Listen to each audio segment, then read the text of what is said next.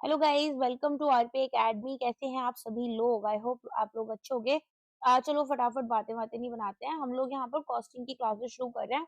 आज हम लोग मार्जिनल कॉस्टिंग करेंगे क्योंकि यहाँ से क्वेश्चन ज्यादा आते हैं, ठीक है। लेकिन यहाँ पर इसके बाद में हम लोग टॉपिक वाइज जाएंगे, बिल्कुल इंट्रोडक्शन लेवल से लेकर फाइनल चैप्टर तक के एमसीक्यूज।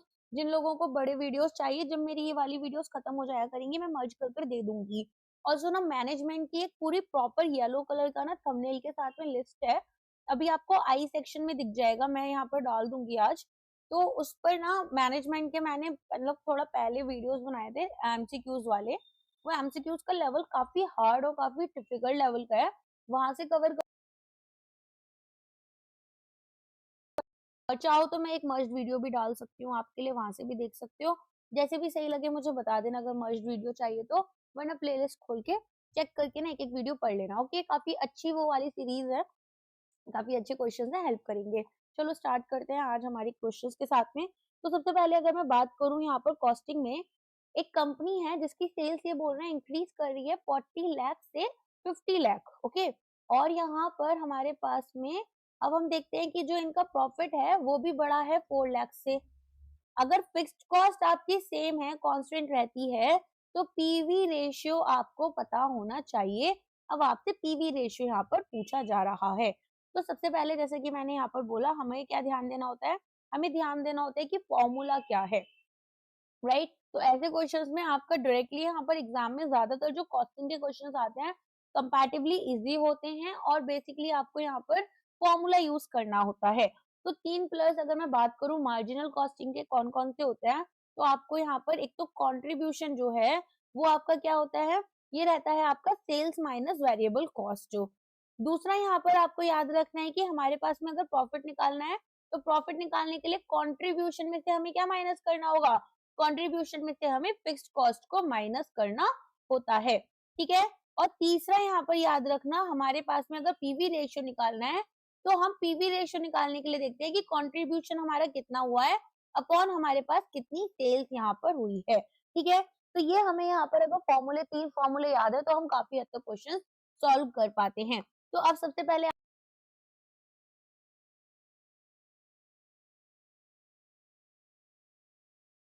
तो अब यहाँ पर अगर चेंज हो रहा है हमारे प्रॉफिट में, तो वो क्यों हो रहा है? वो हो रहा है क्योंकि हमारे पास में सेल्स बढ़ी हैं। तो अब यहाँ पर change in profit upon change in sales मैं अगर लेकर चलती हूँ, तो मेरे पास में यहाँ पर क्या आ जाएगा? मेरे पास में पीवी रेशियो आ जाएगा। आगे समझ में? तो पीवी रेशियो निकालने के लिए यहाँ पर मुझे सेल्स मेरी 10 लाख से बढ़ी है, प्रॉफिट मेरा 4 लाख से बढ़ा है, तो कंट्रीब्यूशन जो है वो मेरा 4 लाख से बढ़ जाएगा, राइट। तो अगर मेरा कंट्रीब्यूशन 4 लाख से बढ़ रहा है, तो मैं यहाँ पर क्या बोलूंगी?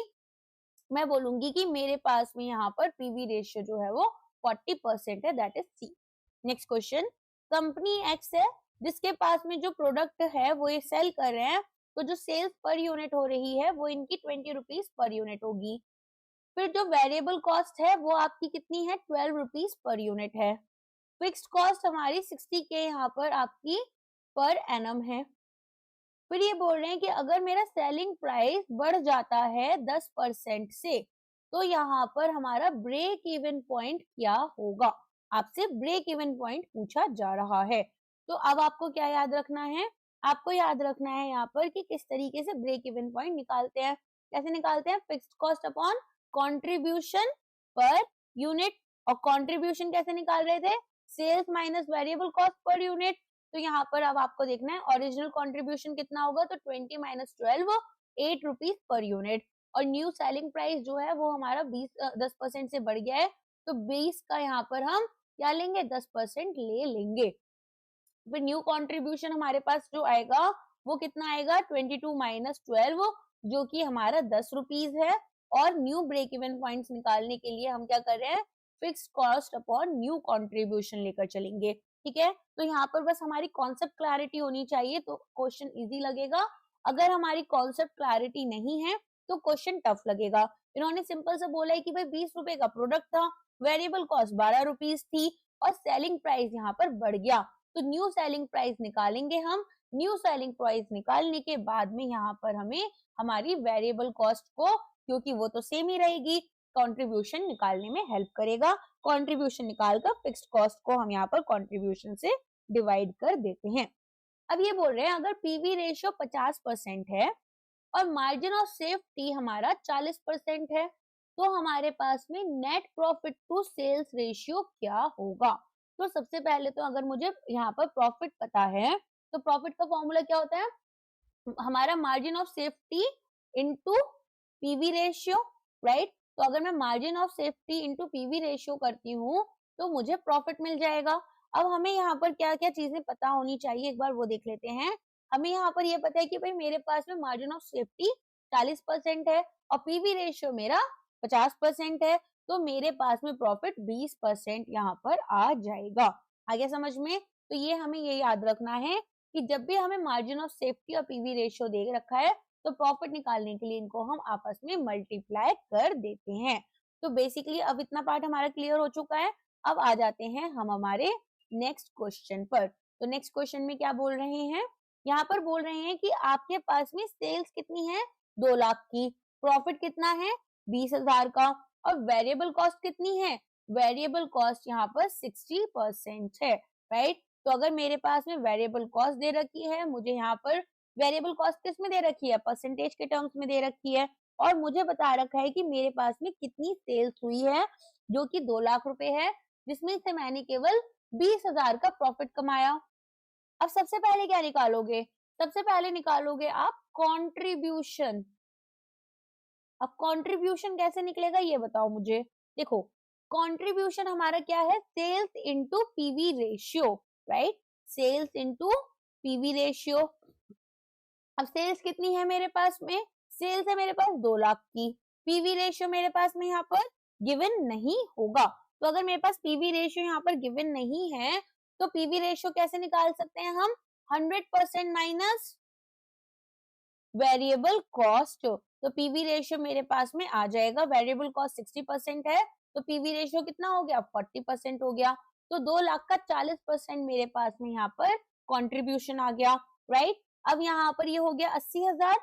फिर फिक्स्ड कॉस्ट निकालनी है, तो कंट्रीब्यूशन माइनस प्रॉफिट, जितने फॉर्मूले हैं एक पेन पेपर लेकर बैठना और उसको लिखते जाना, ठीक है। तो यहाँ पर कैसे एक फॉर्मूले से दूसरा फॉर्मूला ड्राइव हो रहा है ये भी आपके लिए इंपॉर्टेंट है, राइट।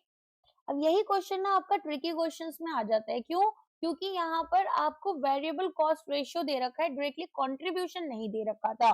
तो अब हमें यहाँ पर लॉजिक समझना होगा कि हमारे एग्जामिनर का लॉजिक क्या है ना। डायरेक्टली क्वेश्चंस हमें यहाँ पर नहीं दे रखे हैं, लेकिन हमें यहाँ पर अगर थोड़ा सा भी अपना लॉजिक क्लियर है तो हम कर पाएंगे। अब नेक्स्ट क्वेश्चन है, ब्रेक इवन पॉइंट दे रखा है कंपनी का 80,000, सेल्स यहाँ पर 1,20,000 दे रखी है और प्रॉफिट आपको 10,000 दे रखा है। आपसे पूछा है कि यहाँ पर अमाउंट क्या होगा वेरिएबल कॉस्ट का।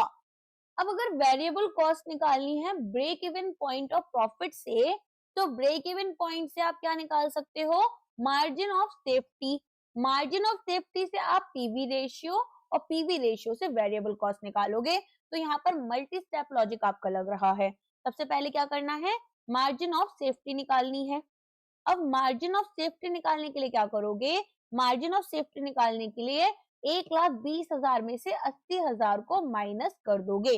समझ में आया। तो यहाँ पर सेल्स कितनी है आपकी 1,20,000 है, राइट। और यहाँ पर आपके पास में ब्रेक इवन पॉइंट कितना है, ब्रेक इवन पॉइंट आपका 80,000 है, तो दोनों का डिफरेंस कितना आ गया 40 के आ गया, ठीक है। इसको निकाल लिया। अब इसको निकालने के बाद में क्या करोगे, इसको निकालने के बाद में यहाँ पर बीसी रेशियो देखोगे, वेरिएबल कॉस्ट रेशियो आपका कितना आएगा। अब उसको निकालने के लिए क्या चाहिए, पीवी रेशियो चाहिए। पीवी रेशियो कैसे निकलेगा, प्रॉफिट दे रखा है, राइट, और आपको यहाँ पर क्या दे रखा है, इसके अलावा आपको दे रखा है आपका मार्जिन ऑफ सेफ्टी। तो मार्जिन ऑफ सेफ्टी यहाँ पर 40,000 है, प्रॉफिट आपको दे रखा है, इससे आपका पीवी रेशियो निकल आएगा, ठीक है। तो पीवी रेशियो निकल आया, margin of safety into PV ratio profit होता है। तो यहाँ पर 10,000 इंटू 40,000 इंटू पीवी रेशियो, ठीक है। तो 10,000 हमारा प्रॉफिट है, एमओएस हमें दे रखा है, पीवी रेशियो हमने निकाल लिया, आसान है। फिर पीवी रेशियो निकालने के बाद में वेरिएबल कॉस्ट रेशियो कैसे निकालोगे, पीवी रेशियो को माइनस कर दोगे, है ना। लास्ट क्वेश्चन में मैंने बताया था 100 माइनस वीसी क्या होता है? पीवी रेशियो होता है। अब हमारे पास में 100 माइनस पीवी रेशियो क्या हो गया? वीसी हो गया। तो इसी के थ्रू हमने इसको निकाल लिया। और वेरिएबल कॉस्ट क्या है? यहाँ पर हमारे पास में परसेंटेज ऑफ सेल्स में आएगी, तो वो हमने निकाल ली। आया समझ में हमने क्या क्या किया? हमने सबसे पहले तो निकाला है margin of safety. Margin of safety निकालने के लिए हमें एक्चुअल सेल्स और ब्रेक इवन पॉइंट पता था। अब एक्चुअल सेल्स में से यहाँ पर अगर मैंने ब्रेक इवन पॉइंट को माइनस करा, तो मेरे पास आ जाता है मार्जिन ऑफ सेफ्टी। फिर मुझे निकालना था प्रॉफिट। प्रॉफिट निकालने के लिए margin of safety into PV ratio करा। फिर यहाँ पर मुझे ये बता रखा था कि भाई जो मेरे पास में प्रॉफिट हो रहा है, वो प्रॉफिट 10,000 का क्वेश्चन में गिवन है। हम यहाँ पर इस तरह के क्वेश्चन कैसे करते हैं, हम लिख लेते हैं गिवन हमारे पास क्या क्या है। तो जब हम लिख रहे होते हैं ना कि क्या क्या चीजें गिवन है, तो एक फॉर्मूला दिमाग में अपने आप बनता चला जाता है, कितनी सेल्स है और प्रॉफिट दे रखा है। तो अब हम इसको यहाँ पर अपने आप कोरिलेट करते हुए चलेंगे। पीवी रेशियो हमारे पास आ गया, तो वेरिएबल कॉस्ट रेशियो आ गया। वेरिएबल कॉस्ट रेशियो से हमने यहाँ पर पूरी रेशियो से कॉस्ट निकाल ली। नेक्स्ट क्वेश्चन है, एक कंपनी है जो कि यहाँ पर एक प्रॉफिट अर्न करना चाहती है 1,20,000 का आफ्टर टैक्स। टैक्स रेट यहाँ पर 40% है, फिक्स्ड कॉस्ट 2 लाख है और पीवी रेशियो 20% है। तो रिक्वायर्ड सेल्स कितनी होंगी? अब देखो इसे कैसे निकालना है। सबसे पहले तो प्रॉफिट आफ्टर टैक्स कैसे निकलेगा यहाँ पर कि भाई आपने कितना आपका बिना प्रॉफिट टैक्स दिए प्रॉफिट था, राइट? तो प्री टैक्स प्रॉफिट मेरा कितना रहा होगा, और यहाँ पर जो टैक्स रेट था उससे हमने इसे मल्टीप्लाई किया। तो अब यहाँ पर हम देखेंगे कि हमारे पास में पैट तो इन्होंने दे रखा है कि भाई मैं इतना 1,20,000 कमाना चाह रही हूँ, आफ्टर मैं यहाँ पर सारे टैक्स वगैरह पेमेंट कर देती हूँ, और टैक्स रेट हमारा कितना है? 40% का है, ठीक है। इसके अलावा प्री टैक्स अगर मैं बात करूं इनकम कितनी होगी, तो ये हमारे लिए एक्स हो गई। अब हम इसको निकाल लेंगे। इसको निकालने के बाद में मुझे इतना पता है कि मेरे पास में क्या क्या कंपोनेंट्स दे रखे हैं। तो मेरे पास में यहाँ पर फिक्स्ड कॉस्ट, ठीक है, दे रखी है। अगर मैं फिक्स्ड कॉस्ट को प्रॉफिट के साथ में मल्टीप्लाई ऐड कर दूं, अगर मैं फिक्स्ड कॉस्ट को प्रॉफिट के साथ में ऐड कर दूं, तो मेरे पास कंट्रीब्यूशन आ जाएगा। तो मैंने यहाँ पर क्या किया, मैंने यहाँ पर पहले तो अपना प्री टैक्स प्रॉफिट निकाला। प्री टैक्स प्रॉफिट निकालने के बाद में कंट्रीब्यूशन पीवी रेशियो यहाँ पर निकालकर अपनी सेल्स निकाल ली, ठीक है। तो हम इस तरीके से निकालते हैं ना। पीवी रेशियो कैसे निकालते हैं? पीवी रेशियो निकालते हैं कि सेल्स अपॉन हमारा कंट्रीब्यूशन अपॉन सेल्स। तो कंट्रीब्यूशन मुझे कितना पता चला? Fixed cost plus pre tax profit. PV ratio यहाँ पर ऑलरेडी मुझे दे रखा है, सेल्स मैंने यहाँ पर निकालनी है। आगे समझ में?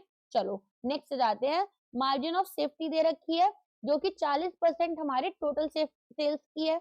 अब हमें ब्रेक इवन सेल्स यहाँ पर कैलकुलेट करनी होगी। तो ब्रेक इवन पॉइंट हमें, और अगर मैं मार्जिन ऑफ सेल्स की बात करूं, मार्जिन ऑफ सेफ्टी सॉरी, और ब्रेक इवन पॉइंट, ये दोनों मिलकर मेरे लिए 100% बनाते हैं। कैसे बना रहे हैं?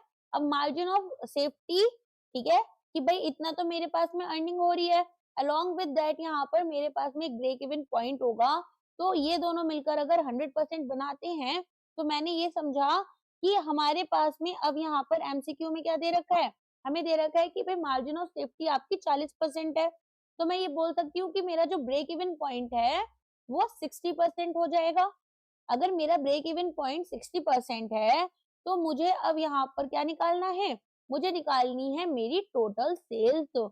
और इन्होंने मुझसे बोला कि जो मार्जिन ऑफ सेफ्टी है वो 40% टोटल सेल्स का है। तो 40% of T S is equal to यहाँ पर आपका 2,40,000, राइट? तो इससे मुझे क्या पता चलेगा? इससे मुझे मेरी टोटल सेल्स पता चल जाएगी। तो 8 इसमें आपका 8 या 24 हो जाएगा। तो इसके थ्रू हम इसको निकाल लेंगे। इसको निकालने के बाद में मेरे पास में टोटल सेल्स आ गई, और टोटल सेल्स का 60% मेरा ब्रेक इवन सेल्स यहाँ पर होगा। क्लियर है? तो चलो इसके बाद में यहाँ पर अच्छा ये सॉरी यहाँ पर मैंने गलत कर दिया, 3 नहीं, यहाँ पर 8 या 24, ओके 4 है, सॉरी सॉरी, पता नहीं मेरा दिमाग क्या चल रहा था, कैलकुलेशन थोड़ा गड़बड़ कर दिया। हाँ, लेकिन यहाँ पर आपके पास में 6 4 24 होता है, मैं 8 3 से 24 लेकर इसे यहाँ पर सॉल्व करी थी। एनीवेज ठीक है, समझ में आ गया, क्वेश्चन समझ में आ गया ना क्या करा। तो margin of sales plus break even point मेरे पास कितना होगा? 100% हो जाता है। ओके, ये एक कॉन्सेप्ट हमने समझा। फिर हमें क्या समझ में आया कि अगर मुझे टोटल सेल्स निकालनी है तो इन्होंने बोला है कि मार्जिन ऑफ सेफ्टी का 40% मेरे पास में टोटल सेल्स है, और यहाँ पर मार्जिन ऑफ सेफ्टी अगर मेरी 40% है तो मेरे पास में जो ब्रेक इवन पॉइंट है वो 60% हो गया। और टोटल सेल्स निकालने के लिए मैंने क्या करा, टोटल सेल्स निकालने के लिए मैंने मार्जिन ऑफ सेफ्टी अपॉन 40% कर दिया, जैसा क्वेश्चन में बोला था। अब यहाँ पर नेक्स्ट क्वेश्चन आपसे पूछ रहे हैं कि which of the following will increase as a result, sorry, which of the following will result in an increase in the margin of safety। तो अगर यहाँ पर मार्जिन ऑफ सेफ्टी हमारा बढ़ता है तो फिर क्या आपके पास में रिजल्ट्स रहेंगे। अब मार्जिन ऑफ सेफ्टी मेरे लिए क्या होता है, मार्जिन ऑफ सेफ्टी होता है कि मेरी सेल्स कितनी हो रही है माइनस मेरा ब्रेक इवन पॉइंट क्या है, राइट। अब हम यहाँ से क्या चीजें कॉन्सेप्ट समझते हैं, अब हम यहाँ पर समझते हैं कि अगर मुझे मार्जिन ऑफ सेफ्टी मेरा बढ़ेगा तो ब्रेक इवन पॉइंट मेरा कम होना चाहिए और सेल्स मेरी बढ़नी चाहिए, ठीक है। अब सेल्स अगर मेरी बढ़ रही हैं तो यहाँ पर हमारे पास में क्या चीजें हो सकती हैं, या तो मुझे सेल्स को बढ़ाना होगा या तो ब्रेक इवन पॉइंट को कम करना होगा।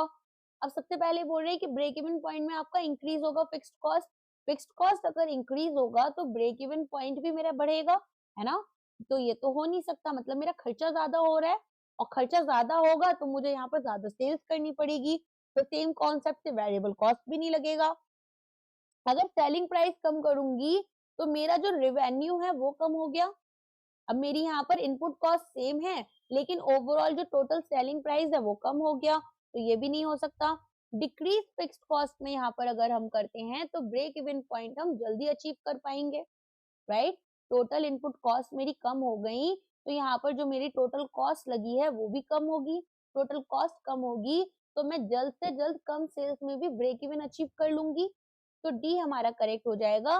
मार्जिन ऑफ सेफ्टी क्या है, actual sales minus break even point. Break even point fixed cost upon PV ratio होता है, तो अगर फिक्स्ड कॉस्ट डिक्रीज हो जाती है तो हमारा ब्रेक इवन पॉइंट भी डिक्रीज होगा। ब्रेक इवन पॉइंट अगर हमारा लोअर है तो यहाँ पर एक हायर मार्जिन ऑफ सेफ्टी हमारी बन जाएगी, ठीक है।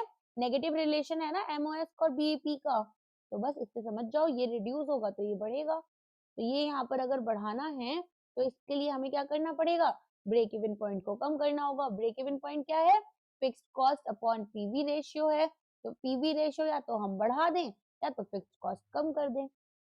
नेक्स्ट जाते हैं, product A requires 10 kg of raw material per unit, product B requires 5 kg of raw material per unit। Contribution per unit हमें दे रखा है यहाँ पर 50 रुपए का ए के लिए और बी का 30 रुपए। अब इसे कैसे करोगे, ए यहाँ पर लिखो बी यहाँ पर लिखो, ठीक है।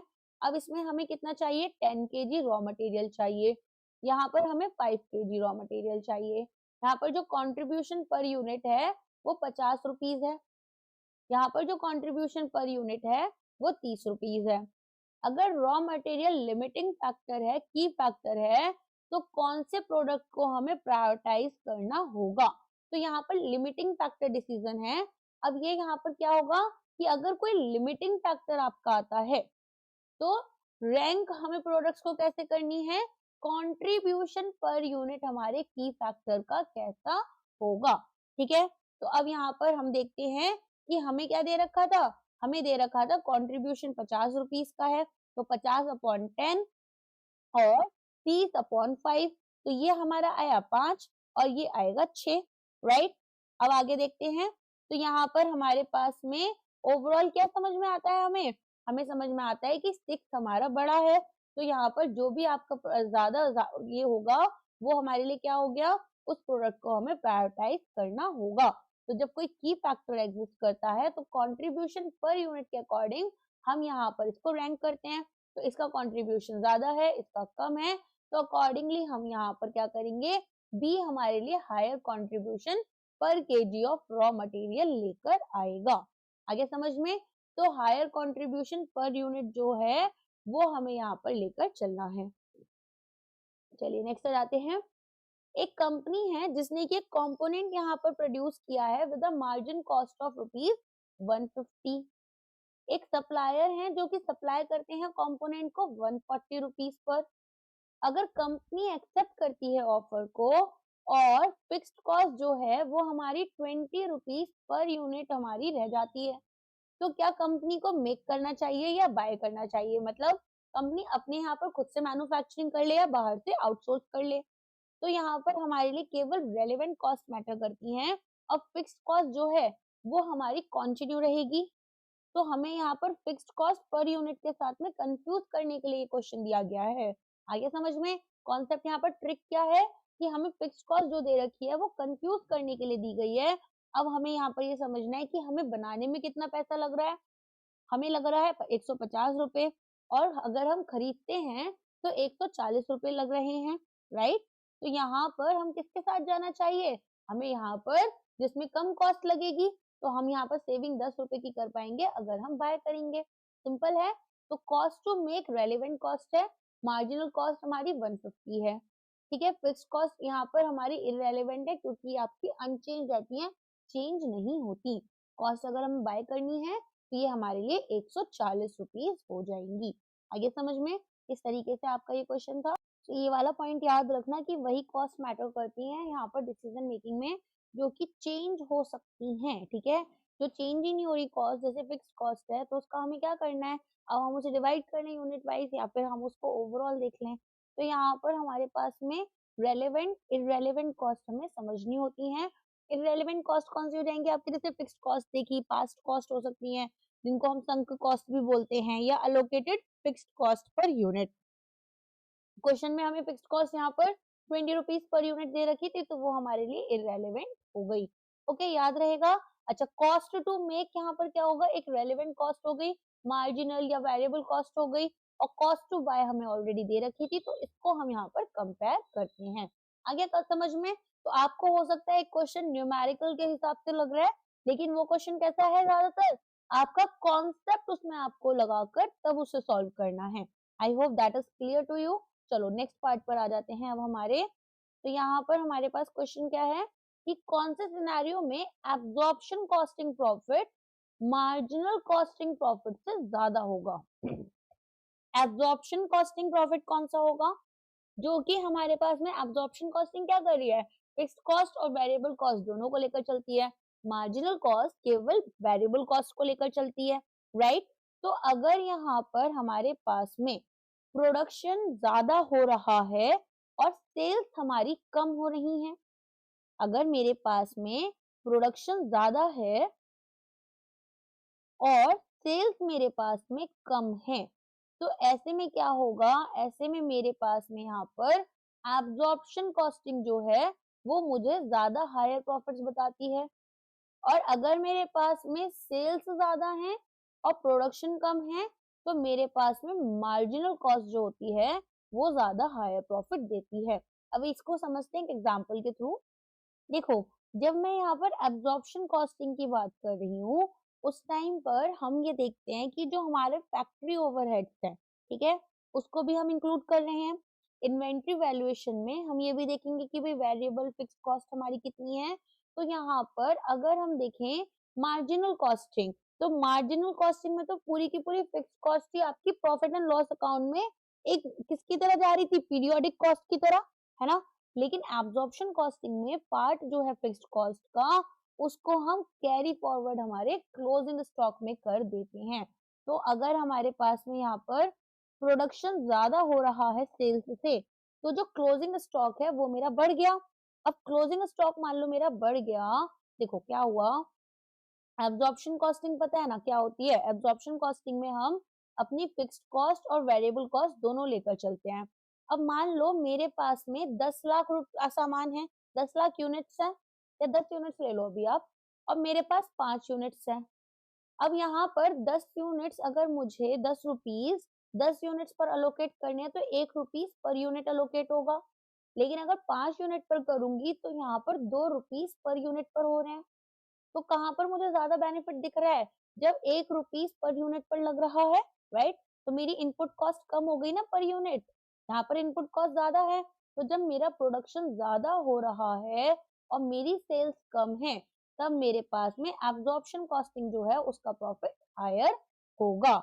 आगे समझ में किस तरीके से पूरा का पूरा कॉन्सेप्ट लग रहा है? मार्जिनल कॉस्टिंग में क्या है?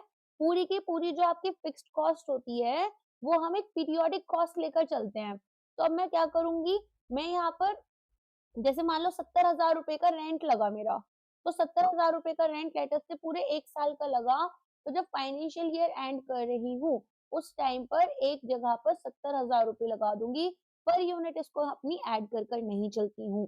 समझ में आ गया? तो इसीलिए हमारे पास में एब्जॉर्प्शन कॉस्टिंग में फिक्स फैक्ट्री ओवरहेड्स हम इंक्लूड करते हैं इन्वेंट्री वैल्यू में।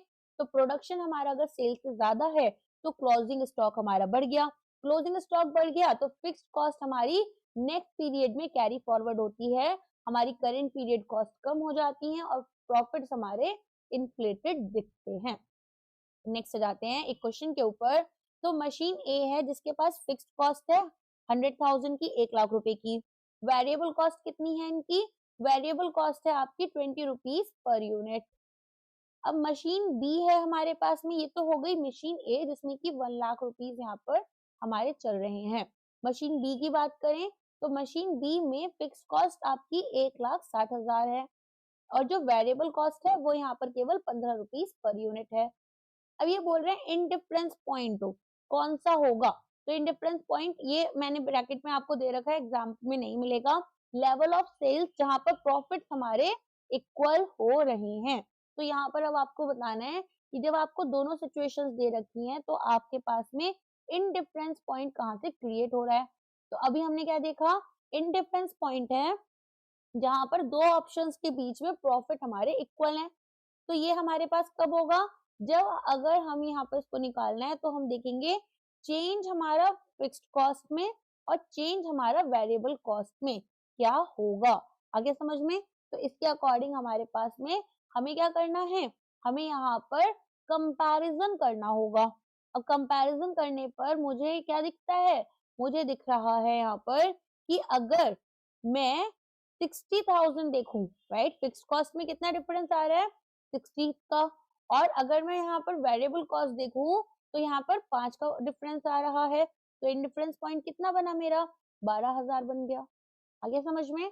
तो इंडिफरेंस पॉइंट यहाँ पर जब हमारी फिक्स्ड कॉस्ट में कोई चेंजेस है अपॉन हमारे वेरिएबल कॉस्ट पर यूनिट में, तो उससे हमें पता चलता है कि हमारे पास दो ऑप्शंस के बीच में प्रॉफिट कब इक्वल होगा।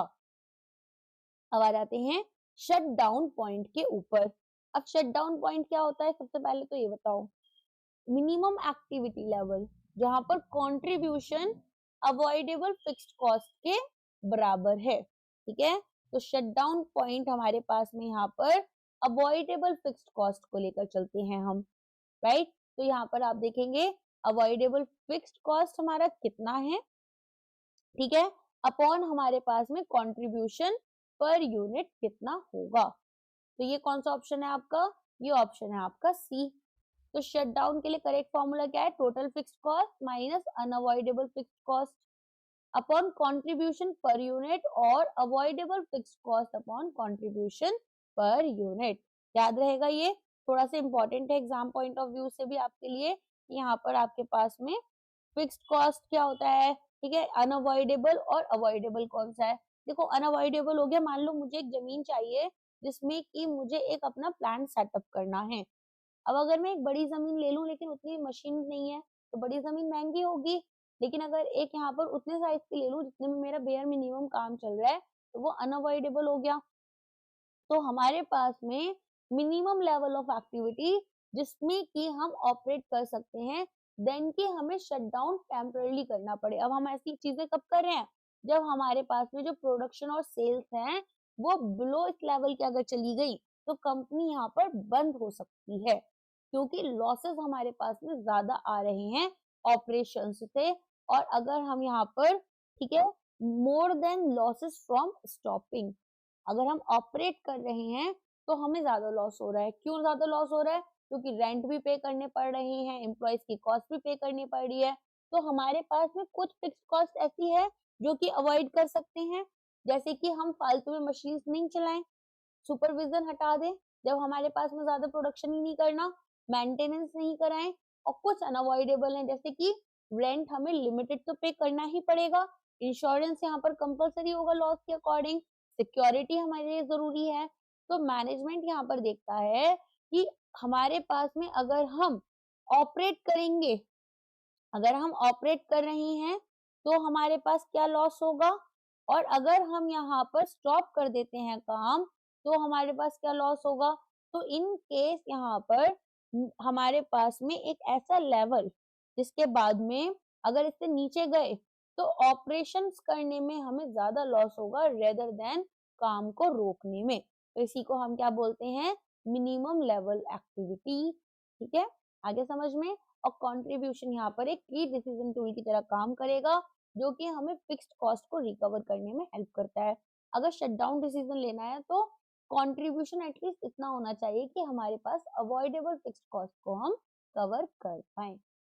आगे समझ में। चलो अब हम आगे बढ़ते हैं हमारे नेक्स्ट क्वेश्चन के ऊपर।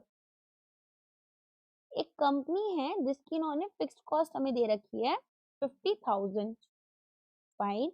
और ये एस्टिमेट कर रहे हैं कि यहाँ पर अगर ये कंपनी बंद हो जाती है टेम्परली तो फिक्स्ड कॉस्ट 15,000 रह जाएगी केवल। अच्छा, और जो कंट्रीब्यूशन पर यूनिट है वो 10 रुपीज है। तो शटडाउन पॉइंट आपको यहाँ पर बताना होगा कि आपका शटडाउन पॉइंट कंपनी का क्या है। तो मैंने आपको क्या बताया था, मैंने आपको बताया था अवॉइडेबल फिक्स्ड कॉस्ट हम देखते हैं कि हमारे पास कितनी है। तो अवॉइडेबल फिक्स्ड कॉस्ट कितनी होगी, 50,000 माइनस हमारे पास में अनअवॉइडेबल फिक्स्ड कॉस्ट कितनी है, 15,000 है ना। यहाँ पर अगर हम अपने कुछ भी शटडाउन टेम्पररी भी करेंगे तो 15,000 रुपए का फिक्स कॉस्ट तो लगेगा ही। तो अवॉइडेबल फिक्स कॉस्ट मेरे पास 35,000 हो गई, फाइन। इसके बाद हम क्या देखेंगे, इसके बाद देखेंगे कंट्रीब्यूशन पर यूनिट कितना है। तो 35,000 अपॉन 10 हो गया, तो ये हमारे पास 3500 आ गया। तो avoidable fixed cost, total fixed cost minus unavoidable. फिर शटडाउन पॉइंट कौन सा है, avoidable fixed cost upon contribution per unit. तो हमारे पास शटडाउन पॉइंट हमारा आ जाएगा। आई होप इतना आपको अभी तक क्लियर हो चुका होगा। अब यहाँ पर पूछ रहे हैं कि in a break even chart the angle of incidence is formed by the intersection of. तो यहाँ पर आपको बताना है कि ये जो एंगल ऑफ इंसिडेंस होता है ये आपका किस तरीके से बनता है ब्रेक इवन चार्ट में, और इसको हमें थोड़ा सा समझना होगा। ठीक है, तो अगर आपने कॉन्सेप्ट वीडियो की है तो वहां पर मैंने एंगल ऑफ इंसिडेंस आपको शायद बनाकर भी दिखाया था, लेकिन यहाँ पर एक बारी और हम देख लेंगे ताकि आपके लिए क्लियर रहे। तो सबसे पहले अगर मैं बात करूं, हमारे पास में एंगल ऑफ इंसिडेंस कैसे बनता है, तो हम एक सेल्स लाइन ड्रॉ करते हैं और एक हम टोटल कॉस्ट लाइन ड्रॉ करते हैं फिक्स्ड और वेरिएबल की। तो यहाँ पर एंगल ऑफ इंसिडेंस क्या होता है, वो एंगल जहां पर ब्रेक इवन पॉइंट हो क्या होगा हमारा, कट कर रहा होता है, कि मतलब सेल्स लाइन हमारी टोटल कॉस्ट लाइन को कट कर कर जाएंगी। आगे समझ में। तो हम यहाँ पर क्या क्या चीजें लेकर चलते हैं, एक तो हम अपनी सेल्स वॉल्यूम लेकर चलते हैं। सेल्स वॉल्यूम कैसे लेकर चलोगे आप, सेल्स वॉल्यूम आप लेकर चलते हो अपनी एक्स एक्सिस पर, वाई एक्सिस पर आप क्या लेकर चलोगे, टोटल कॉस्ट लेकर चलोगे, राइट। अब इसके बाद में आपको क्या करना है, आपको यहाँ पर ड्रॉ करनी है अपनी ब्रेक इवन पॉइंट। तो ब्रेक इवन पॉइंट ड्रॉ करने के लिए आपको सबसे पहले क्या निकालना है, सबसे पहले आपको टोटल रेवेन्यू देखना है और साथ में आपको टोटल कॉस्ट देखनी होगी। तो टोटल रेवेन्यू तो हम 0 से शुरू करेंगे, है ना। अगर मैं बात करूं कॉस्ट की, तो हम लोग की फिक्स्ड कॉस्ट तो कुछ ना कुछ पहले से लगती है ना, जैसे रेंट हो गया या कुछ पार्ट हो गया, तो वो तो हमारी 0 से शुरू नहीं होगी, थोड़ा एक हाई पार्ट से शुरू होती है ना। और धीरे धीरे कॉस्ट हमारी बढ़ती है। तो जहां पर हम ये पॉइंट दोनों लाइंस एक दूसरे को इंटरसेक्ट कर रही हैं, कौन कौन सी, ये अगर हमारी कॉस्ट लाइन है, टोटल कॉस्ट लाइन, और ये हमारी टोटल रेवेन्यू लाइन है। तो जब ये एक दूसरे को इंटरसेक्ट करेंगे तो यहाँ पर हमें ब्रेक इवन पॉइंट अचीव होता है। आगे समझ में। ब्रेक इवन पॉइंट कौन सा होगा, अब ब्रेक इवन पॉइंट में हमारे पास में ये इंपॉर्टेंट क्यों है, हमें ये पता चलता है कि किस रेट पर हम प्रॉफिट अर्न कर सकते हैं after achieving break even point. तो जितना वाइडर एंगल होगा, स्टीपर हमारी सेल्स लाइन होगी रिलेटिव टू कॉस्ट, और अगर नैरो एंगल होगा तो प्रॉफिट ग्रोथ हमारी स्लो है। तो अगर मान लो यहाँ पर हमारे पास में यही एंगल वाइडर होता, तो वाइडर एंगल का मतलब क्या है कि हम जल्दी यहाँ पर अर्न कर पा रहे हैं। आगे समझ में। तो एंगल ऑफ इंसिडेंस क्या है, एंगल जब हमारे पास में ब्रेक इवन पॉइंट हम अचीव कर रहे हैं, सेल्स लाइन हमारी किसको कट कर रही है? हमारी कॉस्ट लाइन को कट कर रही होती है। ठीक है, तो यहाँ पर एक वाइडर एंगल इंडिकेट कर रहा है कि हायर रेट ऑफ प्रॉफिट हम अर्न कर पा रहे हैं। तो टोटल सेल्स लाइन हमारी ऊपर चली जाएगी एक टाइम के बाद में, और टोटल कॉस्ट लाइन हमारी नीचे आ जाएगी। एक सेकेंड, इसको ठीक से बनाते हैं। तो यहाँ पर जो हमारी सेल्स लाइन है वो तो ऊपर चली गई, और अगर मैं बात करूं हमारी कॉस्ट लाइन की, तो कॉस्ट लाइन हमारी उस रेट से ऊपर नहीं जाती है जिस रेट से हमारी ये लाइन जा रही है। मेरा ग्राफ ही नहीं बन पाएगा, रुको।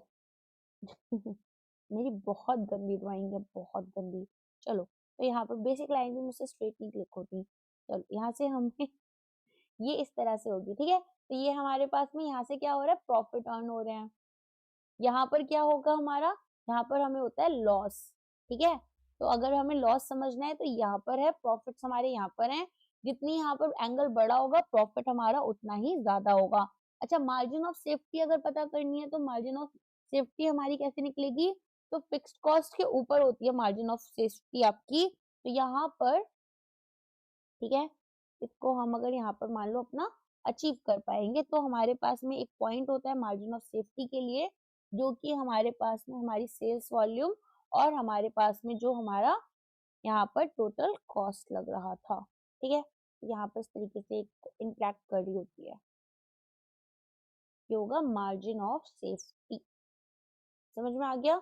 और हमारे पास में ये जो पार्ट था ये हमारी फिक्स्ड कॉस्ट होती है, क्योंकि फिक्स्ड कॉस्ट कभी भी जीरो नहीं होती। अगर एक हाई पीवी रेशियो है तो इसका क्या मतलब होना चाहिए? अब आप यहाँ पर बताओ कि हमारे पास में अगर पीवी रेशियो हाई है, तो पीवी रेशियो क्या है? Contribution upon sales. तो कंट्रीब्यूशन हमारे सेल्स का एक लार्जर पार्ट फॉर्म कर रहे हैं, और अगर स्मॉल सेल्स हैं तो यहाँ पर हमारे पास में क्या हुआ? मान लो छोटी छोटी सेल्स हमारी बढ़ती जा रही है तो हमारा प्रॉफिट भी बढ़ता चला जाएगा। तो high contribution relative to sales भी हमारा आंसर हो जाएगा। नेक्स्ट आ जाते हैं, इनमें से कौन सा एक अजम्पशन नहीं है मार्जिनल कॉस्टिंग का? टोटल फिक्स्ड कॉस्ट हमारी कांस्टेंट रहती है at all levels of output, variable cost हमारी कांस्टेंट रहती है, सेलिंग प्राइस हमारा कांस्टेंट रहता है, कॉस्ट आपकी स्ट्रिक्टली क्लासिफाई हो रही है फिक्स्ड और वेरिएबल के बीच में, या फिर ओपनिंग एंड क्लोजिंग स्टॉक्स जो है वो हमारे हमेशा डिफरेंट होते हैं। अब आपको ना ये वाला क्वेश्चन 4-5 आपके लिए स्टेटमेंट्स बनकर आ सकता है कि करेक्ट या इनकरेक्ट स्टेटमेंट्स बताओ। तो मार्जिनल कॉस्टिंग क्या चल रही थी कि भाई हमारे पास में फिक्स्ड कॉस्ट तो हमारी कांस्टेंट है और वेरिएबल कॉस्ट भी हमारी पर यूनिट कांस्टेंट चलेगी, सेलिंग प्राइस भी हमारा कांस्टेंट चलेगा। कॉस्ट को हम क्या कर रहे हैं? कॉस्ट को हम फिक्स्ड और वेरिएबल में स्प्लिट कर देते हैं। तो यहाँ पर केवल हम कितना सामान बेच रहे हैं, हमारी जो सेल्स वॉल्यूम है वही हमारी कॉस्ट को अफेक्ट करेंगी। आगे समझ में? तो opening of stock, closing stock levels जो है वो डिफरेंट है, ऐसा कुछ भी यहाँ पर बोला नहीं गया है। मार्जिनल कॉस्ट जो है वो आपकी स्टॉक लेवल्स के बारे में बात नहीं करती, लेकिन सेल्स वॉल्यूम के बारे में बात करती है कि हमारे पास जो सेल्स वॉल्यूम है अगर ये ज्यादा है तो हमारे प्रॉफिट्स भी ज्यादा रहेंगे, अगर ये कम है तो ये हमारी कॉस्ट को भी अफेक्ट करेंगे। ठीक है, स्टॉक लेवल्स तो कुछ भी हो सकती हैं, इक्वल अनइक्वल उसका कुछ नहीं है। नेक्स्ट क्वेश्चन पर आ जाते हैं हम अब। कॉम्पोजिट हमारे पास ब्रेक इवन पॉइंट के लिए बोल रहे हैं। कंपनी ने प्रोडक्ट एक्स और वाई 2:1 के रेशियो में सेल किया, कंट्रीब्यूशन यहाँ पर 20 और यहाँ पर 40 है। यहाँ पर फिक्स्ड कॉस्ट जो है हमारी दोनों में वो 1,60,000 रुपीज होगी। ठीक है, तो अब आपसे पूछ रहे हैं कि टोटल ब्रेक इवन पॉइंट आपको यूनिट्स में बताना है। तो यहाँ पर जब मल्टीपल प्रोडक्ट्स हमें फिक्स सेल मिक्स में सेल करने हैं, मीनिंग 2:1 था, तो बीईपी हमारा कैलकुलेट कैसे होता है? वेटेड एवरेज कंट्रीब्यूशन को लेकर। क्यों? क्योंकि प्रोडक्ट्स अलग अलग कंट्रीब्यूट कर रहे हैं और जो सेल्स मिक्स है वो डिसाइड करेगा कि किसका कंट्रीब्यूशन ज्यादा है। राइट, रेशियो तो यहाँ पर हमारे पास में जो है वो केवल सेल्स का है, कंट्रीब्यूशन किसका ज्यादा या कम है वो हमें नहीं पता चल पा रहा। तो अगर मुझे कंट्रीब्यूशन यहाँ पर कैलकुलेट करना है तो सबसे पहले कंट्रीब्यूशन पर मिक्स यूनिट निकालना होगा। वो कैसे निकलेगा? एक्स हमारे पास 20 रेशियो में था और वाई हमारे पास 1 रेशियो में था, 2 रेशियो में, सॉरी। ठीक है, तो 20 into 2 हो जाएगा प्लस 40 into 1 हो जाएगा, और इसको हम क्या कर रहे हैं? इसको हम 2 + 1 3 के साथ में डिवाइड कर देंगे, तो ये हमारे पास में एक अमाउंट आ जाएगा 26.67। फिर क्या करेंगे, total break even point units निकालने के लिए fixed cost upon weighted average contribution. Weighted average contribution आया 26.67 और फिक्स्ड कॉस्ट हमें 1,60,000 दे रखी थी। तो इससे हमने क्या निकाला, इससे हमने टोटल बीईपी यूनिट्स निकाली जो कि 6000 है। अगर 6000 को मुझे डिवाइड करना होगा 2:1 में, तो वो कैसे होगा, यहाँ पर अगर मेरे पास 4000 यूनिट्स एक्स की हैं तो 2000 यूनिट्स मेरे पास वाई की होंगी। As simple as this. चलो नेक्स्ट आ जाते हैं, कैश ब्रेक इवन पॉइंट। ये हमारा कैलकुलेट कैसे होगा, ये हमसे पूछा गया है। अब इसके लिए आपको पहले तो कॉन्सेप्ट समझ में आना चाहिए, राइट। तो अगर हमें कैश ब्रेक इवन पॉइंट निकालना है तो ये कैसे निकलेगा, यहाँ पर हम कंसीडर केवल कैश फिक्स्ड कॉस्ट को करेंगे। अब नॉन कैश आइटम्स हमारे होते हैं जैसे कि डेप्रिसिएशन, उनको हमें इग्नोर करना है। तो cash fixed cost upon contribution per unit या फिर cash fixed cost upon PV ratio, ये हमारे पास में क्या आता है, ये हमारे पास में यहाँ पर कैश ब्रेक इवन पॉइंट निकाल कर हमें देते हैं, याद रहेगा। तो कैश की बात हो रही है तो नॉन कैश आइटम जैसे कि आपके डेप्रिसिएशन है उनको हमें यहाँ पर लेकर नहीं चलना। तो fixed cost upon contribution per unit and यहाँ पर हमारे पास में माइनस डेप्रिसिएशन नहीं होगा, ये वाला होगा ए वाला, fixed cost minus depreciation upon contribution per unit and आपका cash fixed cost upon PV ratio. ठीक है, तो यहाँ पर हम नॉन कैश फिक्स्ड कॉस्ट को हटा देते हैं और बाकी चीजों को लेकर चलते हैं। नेक्स्ट जाते हैं, सेल्स हमें दे रखी है 5 लाख की, फिक्स्ड कॉस्ट 1 लाख की, प्रॉफिट 50,000 का। कंपनी अपने प्रॉफिट्स को डबल करना चाहती है, तो जो न्यू सेल्स वैल्यू होगी वो हमारी क्या होनी चाहिए। यहाँ पर सेल्स हमें 5 लाख दे रखी है, फिक्स्ड कॉस्ट हमें 1 लाख दे रखी है, प्रॉफिट हमें 50,000 दे रखा है। अब कंपनी को यहाँ पर सेल्स करनी है इस तरह से कि उसका प्रॉफिट डबल हो जाए, तो सेल्स को यहाँ पर कैसे निकालेंगे हम, फिक्स्ड कॉस्ट प्लस कितना उनका टारगेट प्रॉफिट है अपॉन पीवी रेशियो। ठीक है, तो सेल्स यहाँ पर निकालने के लिए fixed cost plus target profit upon PV ratio. अब हमें सबसे पहले क्या पता होना चाहिए, हमें पता होना चाहिए कि पीवी रेशियो हमारा कैसे निकलेगा, राइट। तो यहाँ पर पीवी रेशियो के लिए हमें क्या करना होगा, पीवी रेशियो के लिए आपको पता ही है, पूरा पूरा सिंपल सा फॉर्मूला लगेगा हमारे पास। तो सबसे पहले हमने कंट्रीब्यूशन निकाला, फिक्स्ड कॉस्ट प्लस प्रॉफिट। फिर पीवी रेशियो निकालने के लिए हमने हमारे पास में जो कंट्रीब्यूशन आया अपॉन सेल्स इनटू 100 करा, राइट। उसके बाद में हमारे पास टारगेट प्रॉफिट जो है, इन्होंने अभी हमारा 50,000 का प्रॉफिट है और हम इसे डबल करना चाहते हैं, तो टारगेट हमारा 1 लाख रुपीस हो गया। 1 लाख में यहाँ पर हमें रिक्वायर्ड सेल्स के लिए फिक्स्ड कॉस्ट दैट इज हमारा already 100,000 plus target profit 1 lakh, 2 lakh हो गया ये, डिवाइडेड बाय पीवी रेशियो जो हमारा 30% आया था। आगे समझ में। तो कंट्रीब्यूशन क्या होता है, फिक्स्ड कॉस्ट प्लस प्रॉफिट। फिर हमारे पास में पीवी रेशियो क्या होता है, कंट्रीब्यूशन अपॉन सेल्स। अब हमारे पास में टारगेट प्रॉफिट हमें बता रखा है कि हमें 2 टाइम्स करना है, तो सेल्स निकालने के लिए हम क्या करेंगे, fixed cost plus target profit upon हमारा पीवी रेशियो निकाल लेंगे, राइट। तो हमने इसी वाले फॉर्मूले में हमारी जो यहाँ पर कंट्रीब्यूशन थी उसको और टारगेट प्रॉफिट के साथ में ऐड कर लिया। समझ में आ गया किस तरीके से हमें ये वाले क्वेश्चन को सॉल्व करना होगा। I hope this is clear to you. तो यहाँ पर जो हमारा पीवी रेशियो है वो अनचेंज रहता है, ये भी आपको याद रखना है। नेक्स्ट पार्ट है, एक डिक्रीमेंट हुआ अगर सेलिंग प्राइस में, यहाँ पर अगर हमारा सेलिंग प्राइस है उसमें कुछ डिक्रीज हुआ, हम यहाँ पर इंक्रीज करेंगे पीवी रेशियो को या डिक्रीज करेंगे हमारे ब्रेक इवन पॉइंट को। तो हमें क्या करना है, हमारे ब्रेक इवन पॉइंट के साथ में और हमारे पीवी रेशियो के साथ में वो हमें समझना है। देखो अगर सेलिंग प्राइस कम होता है तो कंट्रीब्यूशन कम होगा, राइट।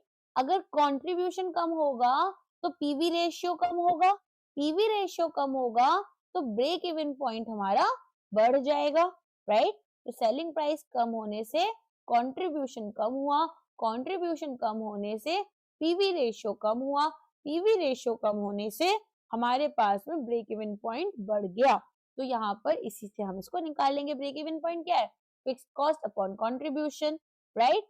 और अगर हमारे पास में यहाँ पर ब्रेक इवन पॉइंट हमारा बढ़ रहा है तो ओवरऑल हमारे पास में यहाँ पर बेसिकली क्या हो रहा है? सेलिंग प्राइस हमारा कम हो रहा है, तो हमारा जो ब्रेक इवन पॉइंट है वो बढ़ जाएगा। याद रहेगा इतना? चलो नेक्स्ट जाते हैं। ऑपरेटिंग लेवरेज आपसे पूछ रहे हैं कि क्या होता है। ये थोड़ा इंपॉर्टेंट है कि ऑपरेटिंग लेवरेज और फाइनेंशियल लेवरेज दो टर्म्स होते हैं आपके लिए। ऑल्दो बहुत ज्यादा आपके सिलेबस में पार्ट नहीं है, लेकिन कुछ कुछ क्वेश्चंस ऐसे आ रहे हैं, जैसे फाइनेंस में इस बार आ गए थे, तो इसलिए आपको पता होना चाहिए। Sensitivity of profit to sales, तो हाई लेवरेज अगर हमारे पास होगा तो फिक्स्ड कॉस्ट भी हमारी हाई होगी, और अगर स्मॉल सेल चेंजेस हुए तो बिग प्रॉफिट चेंजेस हमारे हो जाते हैं। ठीक है, तो हाई लेवरेज यहाँ पर हम क्या देखते हैं? डिग्री ऑफ ऑपरेटिंग लेवरेज हमें निकालना होता है। और डीओएल हमारे पास कैसे निकलता है?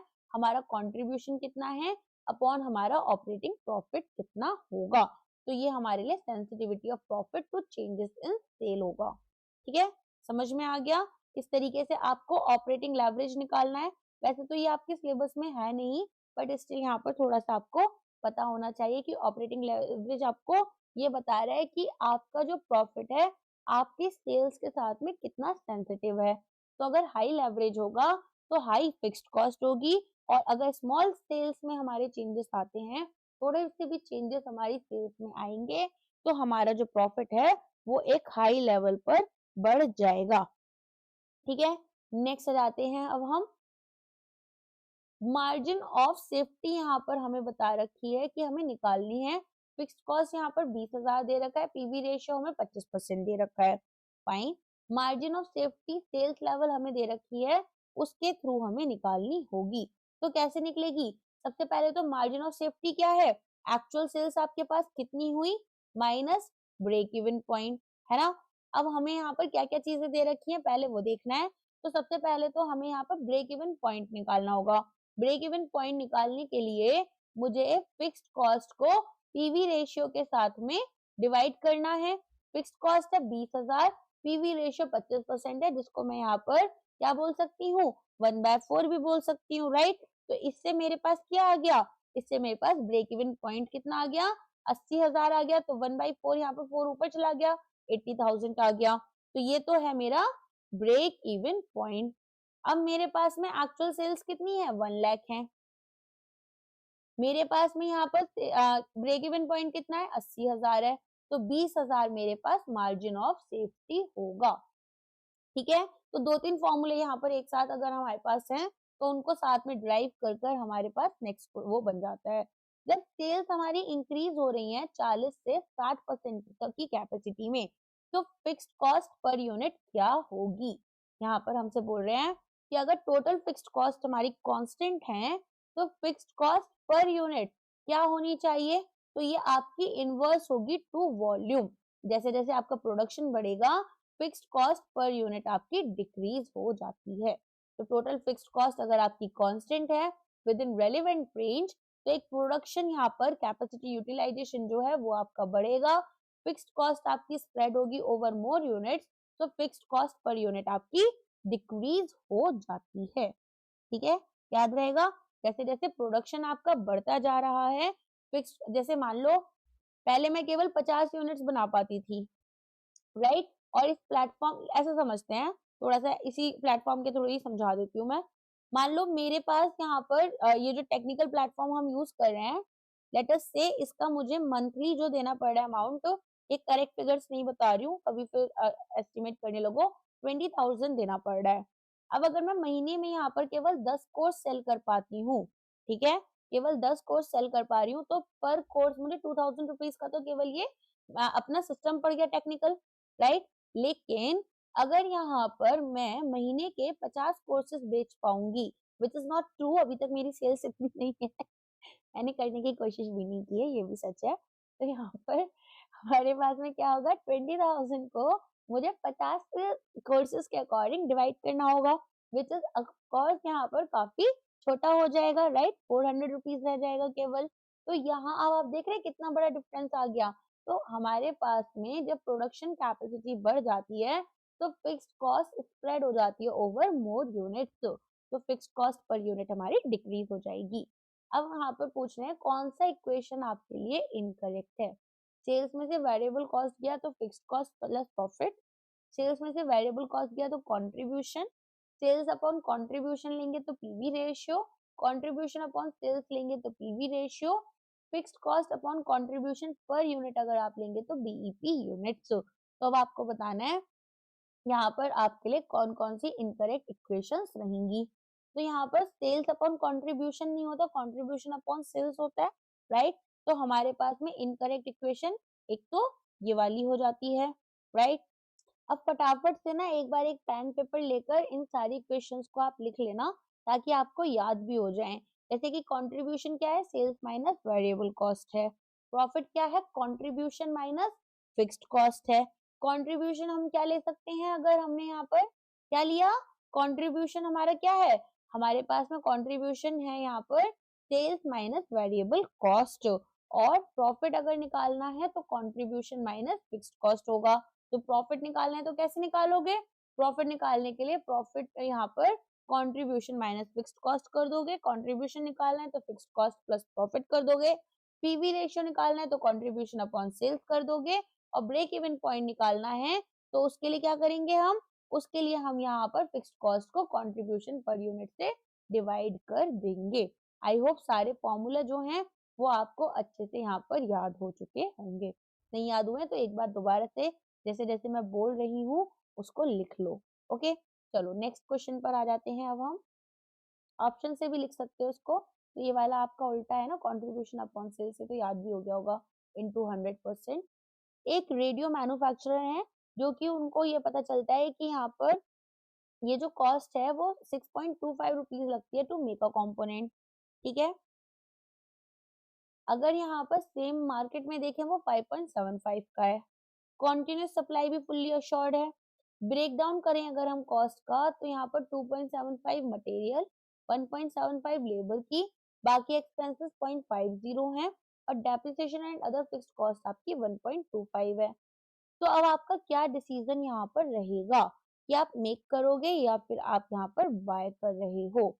देखो केवल रेलेवेंट कॉस्ट मैटर करती हैं जो कि हमारे लिए वेरिएबल कॉस्ट है। मैंने अभी थोड़ी देर पहले भी बताया था कि फिक्स्ड कॉस्ट जो होती हैं वो इररेलेवेंट होती हैं क्योंकि यहाँ पर वो हमारे पास मेजरली अनअवॉइडेबल हैं। तो मार्जिनल कॉस्ट की अगर मैं बात करूं तो मार्जिनल कॉस्ट कितनी है, 2.75 plus 1.75 and along with that हमारा 0.50 जो कि 5 रुपीज रहा, राइट। ये हमारे लिए 5 रुपए रहा। और यहाँ पर अगर हम सोचें कि हम बाय कर रहे हैं तो बाइंग में तो 5.75 है, फिक्स कॉस्ट तो आप वैसे भी दे ही रहे हो ना, तो यहाँ पर हमारे लिए क्या बेटर होगा, हमारे लिए यहाँ पर बनाना बेटर होगा।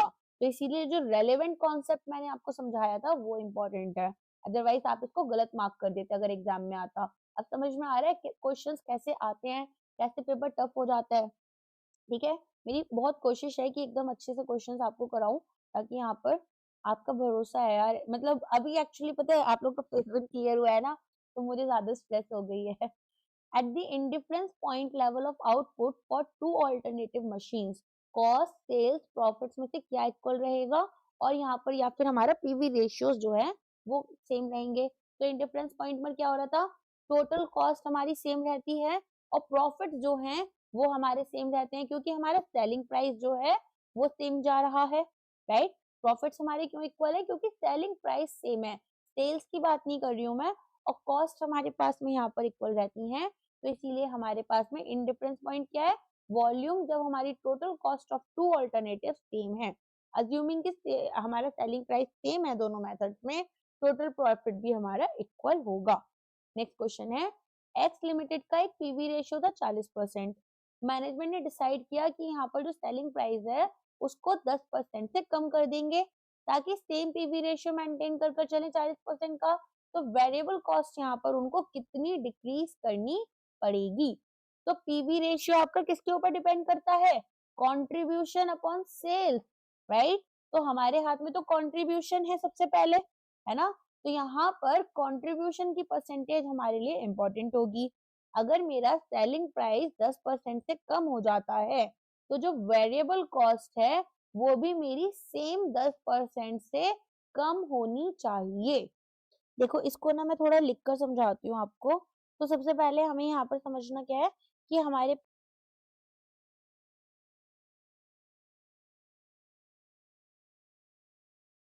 40% है,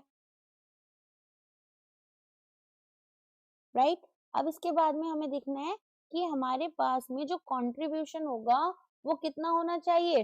तो कंट्रीब्यूशन हमारे पास में 100 इंटू 40% होगा। कंट्रीब्यूशन हमारे पास 100 इंटू 40% हो गया। तो यहाँ पर हमारे पास 40 रुपीज हो गया। अब कंट्रीब्यूशन क्या होता है? Contribution sales minus variable cost होता है, राइट। अब अगर हमारे पास सेल्स कितनी है, सेल्स हमारे पास यहाँ पर 100 की है और हमारे पास जो वेरिएबल कॉस्ट है वो हमें यहाँ पर निकालनी है, राइट। सेल्स अगर हमें दे रखी है 100, वेरिएबल कॉस्ट मुझे निकालनी है, इसको x ले लेते हैं, और कंट्रीब्यूशन मेरे पास 40 का है, तो वेरिएबल कॉस्ट कितनी आ गई? 60 रुपीज हो गई। ठीक है, इतना क्लियर है। अब दूसरा केस लेते हैं। अब यहाँ पर मानकर चलो कि जो सेलिंग प्राइस था वो हमारा 10% से कम हुआ, तो सेलिंग प्राइस मेरे पास कितना आ गया? सेलिंग प्राइस अब मेरे पास 90 हो गया, पहले 100 था, 10% से कम हो गया, 90 रुपए हो गया। पीवी रेशियो यहाँ पर मेरे को क्या करना है? पीवी रेशियो मुझे अपना सेम रखना है, कांस्टेंट रखना है, जो कि 40% है। तो हमारे पास 90 का 40% कितना हुआ? 36 हो गया। अब मुझे ये देखना है कि भाई मेरा कंट्रीब्यूशन यहाँ पर कितना होगा। तो कंट्रीब्यूशन मेरे पास में 36 है अगर, तो मैं यहाँ पर 100 क्या कर रही हूँ, 90 मेरे पास सेलिंग प्राइस है, वेरिएबल कॉस्ट मुझे निकालनी है, और ये 36 है। तो इसका यहाँ पर मेरे को डिफरेंस निकालना होगा।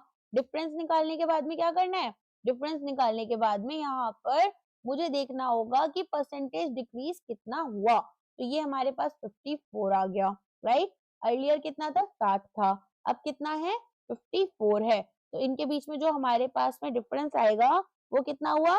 रिडक्शन अमाउंट हमारा 6 है और ओरिजिनल वाला हमारे पास 60 था, तो ये हमारे पास यहाँ पर 6/60 इंटू 100 10% हो गया, राइट।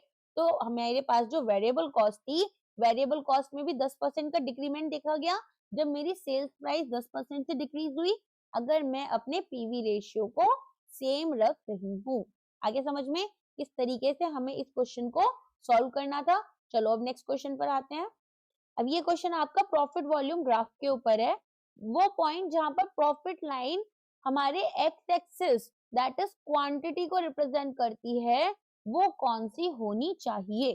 तो अब आपके पास में एक पीवी ग्राफ अगर होगा, तो पीवी ग्राफ में एक्स एक्सिस पर हम सेल्स लेकर चलते हैं और वाई एक्सिस पर हम प्रॉफिट्स या लॉस लेकर चलते हैं, राइट। तो यहाँ पर हमें क्या करना होगा? हमें देखना होगा कि हमारे पास में जीरो प्रॉफिट पॉइंट कौन सा होना चाहिए। बताओ कौन सा होगा? ब्रेक इवन पॉइंट होगा, राइट। यहाँ पर एक्स एक्सिस और वाई एक्सिस, एक्स एक्सिस पर मैंने क्या लिया? सेल्स लिया, वाई एक्सिस पर मैंने प्रॉफिट या फिर लॉस लिया। तो यहाँ पर मेरे पास ब्रेक इवन पॉइंट अचीव तब होता है जब हमारे पास जीरो प्रॉफिट होगा। समझ में आया? तो यहाँ पर आपसे क्वेश्चन क्या पूछा था? आपसे क्वेश्चन पूछा था कि प्रॉफिट लाइन जो है, ठीक है, हमारी कब इंटरसेक्ट हो रही है एक्स एक्सिस के साथ में? जब हम ब्रेक इवन पॉइंट को अचीव कर लेंगे। तो पीवी ग्राफ पर वाई एक्सिस प्रॉफिट लॉस और एक्स एक्सिस सेल्स पर वॉल्यूम होती है, जिसमें कि लाइन हमारी स्टार्ट कहां से हो रही है? नेगेटिव से। क्यों? क्योंकि फिक्स्ड कॉस्ट है और हमारे एक्स एक्सिस को ये क्रॉस कर कर जाती है। आगे समझ में किस तरीके से हमारे पास में एक पीवी डायग्राम जो है वो बनकर आता है। ठीक है, ये काफी इंपॉर्टेंट है, इसको आपको याद रखना होगा। कॉस्टिंग के लिए काफी इंपॉर्टेंट कॉन्सेप्ट ये आपका रहता है। जैसे मैंने आपको लास्ट अपना पूरा का पूरा एक चार्ट समझाया था ना कि हमारे पास सेल्स था, उसके अलावा हम टोटल कॉस्ट लाइन लेकर चल रहे थे, तो ये वैसे ही आपका काम करेगा। नेक्स्ट क्वेश्चन है, अगर सेल्स मेरी 5 लाख है, फिक्स्ड कॉस्ट मेरी 1 लाख है, तो नेट लॉस अगर हमारा 50,000 है, तो पीवी रेशियो कितना होगा? सबसे पहले मुझे क्या निकालना है? कंट्रीब्यूशन निकालना है। कंट्रीब्यूशन क्या है? मेरे पास फिक्स्ड कॉस्ट प्लस प्रॉफिट होगा, अगर लॉस है तो मैं उसे माइनस में लिखूंगी, है ना। इसके बाद क्या करेंगे हम? इसके बाद में हम यहाँ पर देखेंगे कि हमारे पास में कंट्रीब्यूशन कितना दे रखा है इन्होंने। तो कंट्रीब्यूशन तो दे नहीं रखा, फिक्स्ड कॉस्ट हमें 1 लाख दे रखी है और लॉस हमें 50,000 दे रखा है। तो ओवरऑल मेरे पास कंट्रीब्यूशन आ गया 50,000 का।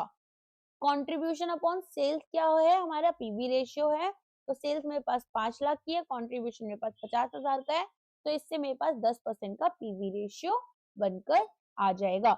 इसी के साथ में ये जो चैप्टर है वो हमारा खत्म होता है। वीडियो लाइक करना प्लीज मत भूलना, शेयर कर सकते हो अपने दोस्तों के साथ में, और वीडियो कैसा लगा वो कमेंट कर बता सकते हो।